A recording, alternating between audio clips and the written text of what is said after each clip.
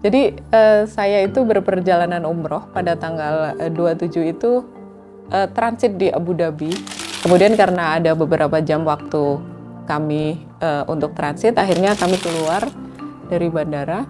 Tapi kemudian keesokan harinya ketika seharusnya kami sudah take off lagi dan untuk pulang ke Jakarta, ternyata ada konflik ketegangan yang terjadi di Timur Tengah dan yang menyebabkan ruang udara di wilayah Abu Dhabi dan sekitarnya itu kemudian ditutup. Akhirnya penerbangan kami disuspend sampai batas waktu yang tidak ditentukan, dan yang lebih menyedihkan untuk kami ketika itu adalah kami tidak bisa lagi masuk ke area bandara. Jadi area bandara itu sudah ditutup, sudah restricted dan dijaga sangat ketat. Kami bahkan untuk bisa masuk, untuk lebih masuk ke dalam lagi itu sudah tidak bisa, hanya di luaran saja gitu. Dan itu yang membuat kami semakin panik karena ketika kami mencoba untuk menghubungi maskapai, tidak ada respon. Hanya kemudian beberapa waktu setelahnya ada email yang menyatakan bahwa penerbangan yang menuju Jakarta itu suspended dan cancel sampai batas waktu yang yang akan diberitahukan lebih lanjut gitu.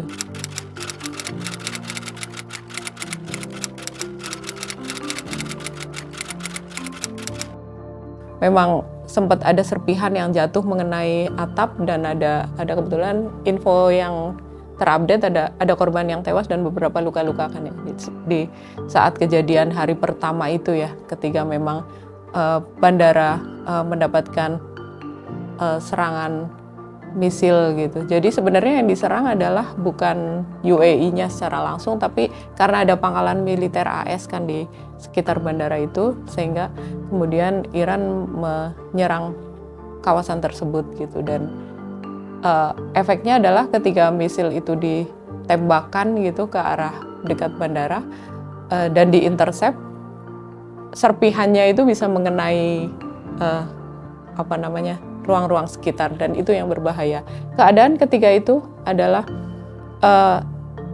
sempat chaos ya, bandara itu sempat chaos gitu. Jadi para penumpang itu kemudian kebingungan gitu. Mereka mencari kepastian ke counter-counter maskapai yang ketika itu sudah dikerumuni oleh begitu banyak penumpang. Bayangkan gitu, bandara yang dalam setiap harinya menerima puluhan ribu visitor dari seluruh dunia gitu. Itu adalah hub terbesar di Timur Tengah ya, hub terbesar Abu Dhabi gitu. Itu kemudian tiba-tiba harus ditutup karena ruang udaranya ditutup, sehingga kemudian visitor itu panik.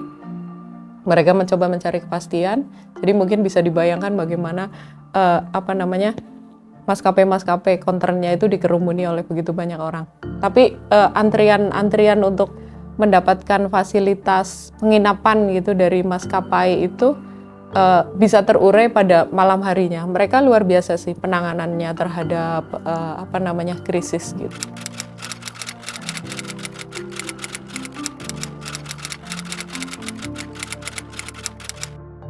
Kita sampai, jujur ketika saya ada di sana itu sampai bisa membedakan gitu. Oh, ini suara misil nih, deng gitu. Terus oh, ini suara misilnya yang di-intercept. Suaranya tuh lain-lain gitu.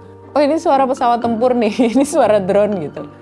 Karena barangkali teman-teman yang tinggalnya di pusat kota gitu ya, yang jauh dari bandara barangkali tidak terlalu mendengar ya. Saya kebetulan tinggal di perumahan WNI yang jaraknya kurang dari 10 meter ya dari bandara itu. Jadi saya mendengar hampir setiap hari. Setiap hari ada, tidak selalu terjadi serangan ya. Tapi dalam seharinya itu pasti ada gitu. Dalam setiap harinya itu pasti kita mendengar, dan ada national emergency alert itu sih. Ada kalanya ketika kondisi aman, terus tiba-tiba ada emergency alert yang bilang terima kasih gitu. Terima kasih, thank you sudah bekerja sama dengan kami untuk membuat situasi semakin kondusif gitu.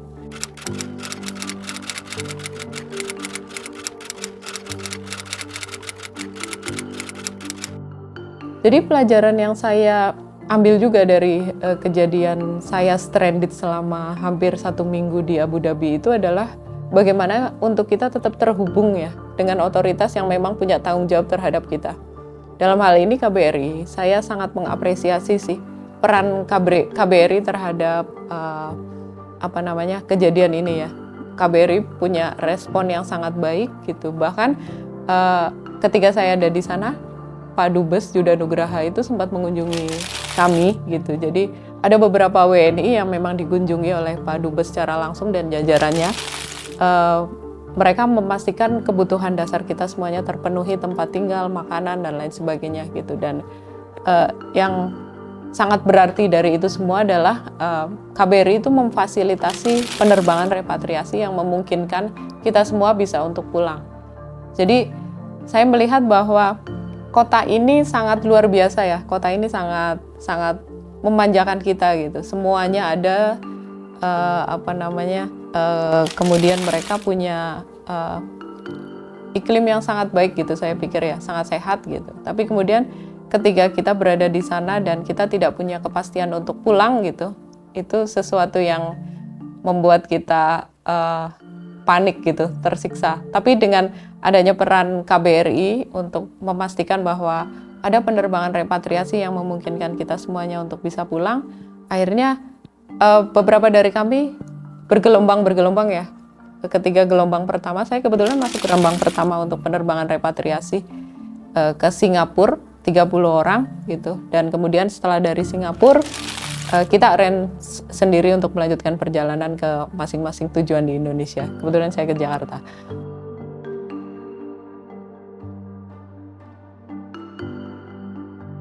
Saya pikir itu sudah selesai ya ketika saya akan terbang untuk pulang ke tanah air, sampai pada akhirnya kita punya kesempatan untuk bisa pulang gitu.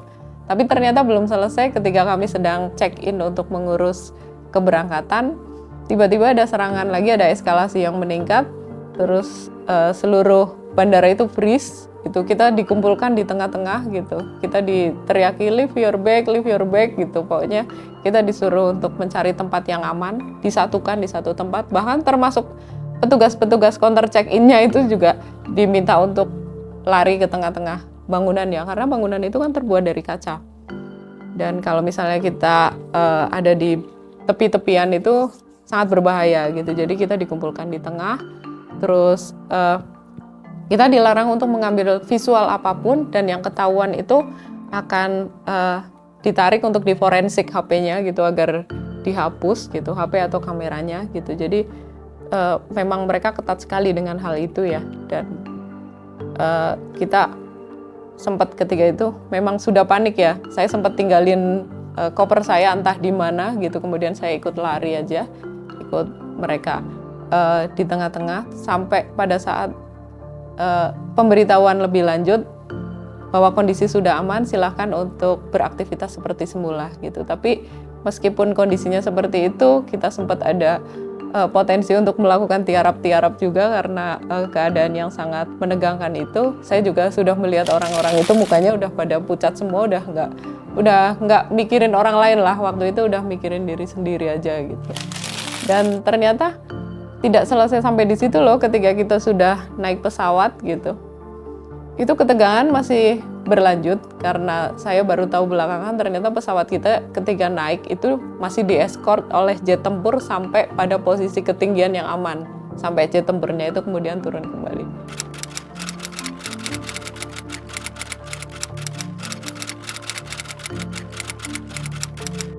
Saya melihat Abu Dhabi itu memang kota yang sangat hidup ya. Mereka sangat futuristik gitu. Mereka kota yang memang sudah sangat maju gitu, dengan masyarakat yang sangat educated gitu. Masyarakatnya itu sangat teratur, masyarakat sangat paham bagaimana mereka menjadi warga negara yang baik gitu. Dan ketika ketegangan ini terjadi, saya sempat ngobrol sama beberapa WNI yang memang tinggal di sana. Ini pengalaman pertama sejujurnya bagi mereka untuk under missile attack gitu. Karena sebelumnya National Emergency Alert itu mereka terima itu ketika ada badai gitu misalnya. Ketika ada kemacetan yang sangat parah, mereka biasanya akan menerima alert seperti itu. Tapi alert terkait dengan serangan gitu atau misil gitu, itu baru pernah. Ini pengalaman pertama bagi mereka, tapi sekaligus ini memberikan pelajaran kepada kita untuk bagaimana mereka tidak panik gitu. Mereka sangat percaya kepada pemerintahnya untuk mengatasi hal ini gitu. Jadi mereka bekerja seperti biasa, hanya saja memang kewaspadaan itu meningkat ya. Saya melihat mereka lebih banyak tinggal di rumah gitu. Meskipun mal-mal, pusat perbelanjaan itu masih ada aktivitas gitu, tapi saya melihat lebih banyak dari mereka itu ada di rumah. Mungkin karena puasa juga ya. Terus anak-anak sekolah memang dibuat remote learning ya. Mereka belajar daring selama, ketika saya tinggal di sana itu selama 1 minggu. Tadinya 4 hari, kemudian diperpanjang lagi. Dan kebijakannya adalah bagi orang tua yang anaknya remote learning, mereka boleh WFH gitu. Jadi ini bagus gitu. Jadi orang tua, terutama ibunya itu boleh mendampingi anaknya yang sedang remote learning. Terus kemudian ada perusahaan-perusahaan yang memang mendaringkan gitu. Perusahaan-perusahaan yang mendaringkan karyawannya untuk bekerja dari rumah. Meskipun ada beberapa yang tetap memilih untuk datang ke kantor, terutama yang terkait dengan layanan publik ya.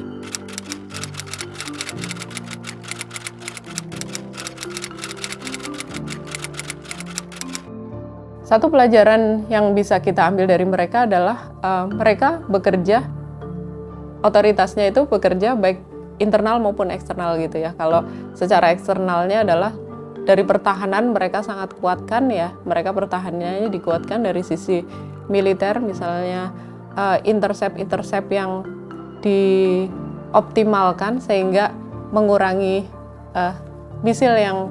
misil atau drone yang ditembakkan itu untuk jatuh. Ketika saya tinggal di sana aja sampai tanggal 2 Maret itu udah sekitar 165 rudal balistik yang diluncurkan. Kemudian ada juga drone itu ratusan, banyak sekali. Tapi untuk ukuran memang ada yang tewas ya. Untuk ukuran sebanyak itu yang mereka terima gitu, tapi ukuran kerusakan yang ditimbulkan itu sangat minim, itu luar biasa gitu, karena teknologi intercept mereka yang memang sudah sangat maju ya. Kemudian kalau dari sisi internal mereka, bagaimana kemudian mereka meyakinkan kepada masyarakat itu sangat baik ya.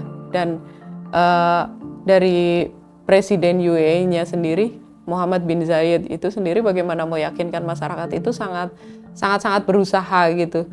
Jadi hari ketika terjadi awal serangan itu, Presiden UAE itu bersama dengan para syekhnya itu mereka turun ke mall di Dubai, terus kemudian makan buka puasa bersama di sana, menyapa masyarakat di sana. Kemudian hari setelahnya datang ke sebuah masjid kecil dan buka puasa bersama di masjid itu. Ini memperlihatkan bahwa betapa dia ingin memastikan kepada masyarakat bahwa keadaan itu terkendali dengan sangat baik. Saya juga melihat bagaimana otoritas UAE itu sangat ketat terkait dengan pengambilan visual ya, pengambilan visual. Mereka itu melarang pengambilan visual yang itu bisa memicu kepanikan gitu. سيكون هناك إجراء صحفي. بغداد لن تسمح بأن يكون العراق 30 kilometer فقط عن منطقة. Bahkan kayak misalnya ketika aparat keamanan sedang mengamankan sebuah wilayah, terus kemudian kita sengaja memotret, mereka pasti akan menegur kita dan bahkan memastikan bahwa kita menghapus seluruh isi HP kita yang memuat visual mereka. Mereka tidak mau kayak menimbulkan kepanikan ya. Saya memperhatikan juga day by day ya, bagaimana media di Abu Dhabi itu, di UAE itu menyiarkan pemberitaan terkait hal ini, terkait eskalasi konflik yang terjadi di Timur Tengah itu. Mereka sangat positif mendukung pemerintah gitu. Salah satunya terkait dengan edukasi mengenai alert ya, emergency alert gitu. Mereka itu menjelaskan macam-macam bunyi alert gitu, macam-macam alert yang dikirimkan oleh instansi-instansi yang berbeda gitu. Jadi ini memperlihatkan bagaimana media itu mendukung pemerintah untuk menjelaskan kepada publik terkait dengan kebijakan.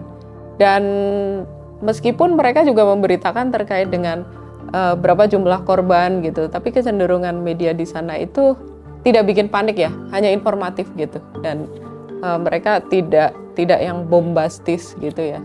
Jadi ini juga pelajaran yang baik untuk kita yang bekerja di dunia media untuk bisa secara transparan menyiarkan pemberitaan dan tidak menimbulkan kepanikan, tapi justru memberikan informasi yang sangat bermanfaat untuk masyarakat.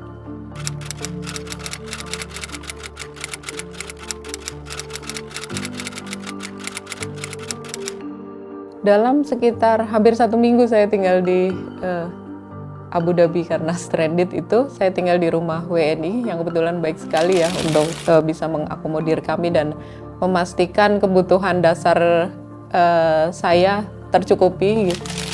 Dan saya juga berterima kasih sekali.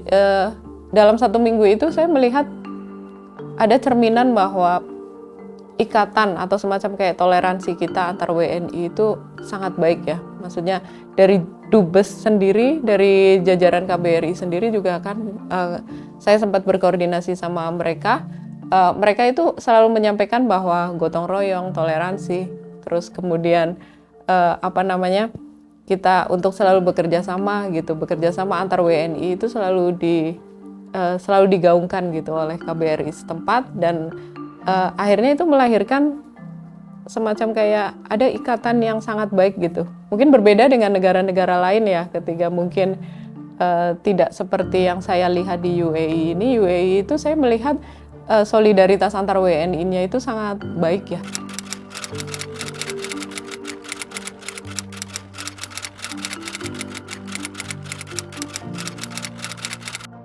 Ketika saya ada di Abu Dhabi atau di Jeddah atau di Madinah atau di Mekah itu ada doa yang terlalu ringan ya saya panjatkan ya. Ketika saya melihat dari jauh gitu bagaimana kondisi di negara kita dan berpikir bahwa kayaknya saya pengen lebih lama lah di sini ya, karena di sini sepertinya lebih tenang gitu. Tapi kadang Tuhan menjawab doa itu seketika gitu. Tuhan menjawab doa itu seketika sampai saya berpikir kayaknya ada doa yang salah deh yang kemarin saya panjatkan gitu, sampai kemudian saya stranded gitu ya. Sepertinya itu dikabulkan gitu. Ini loh, kamu kan katanya pingin tinggal lebih lama, ini saya kasih tinggal lebih lama. Tapi ternyata ketika tidak ada kepastian untuk pulang, itu membuat saya justru merasa sedih gitu. Saya justru merasa kayak berpikir bahwa baik buruk atau right or wrong, Indonesia is my country gitu ya. Saya ngerasa bahwa ketika pun kita harus tinggal di suatu tempat yang jelas bahwa ada kepastian yang membuat kita selalu merasa pulang gitu. Dan saya berpikir bahwa ini adalah pelajaran yang penting bagi saya untuk bagaimana caranya kita memanjatkan doa yang baik selain bahwa ternyata saya cinta Indonesia gitu. Jadi saya merasa bahwa kemanapun kita pergi, sejauh apapun kita melangkah gitu, Indonesia itu tetap tempat yang sangat pantas untuk kita bisa sebut rumah.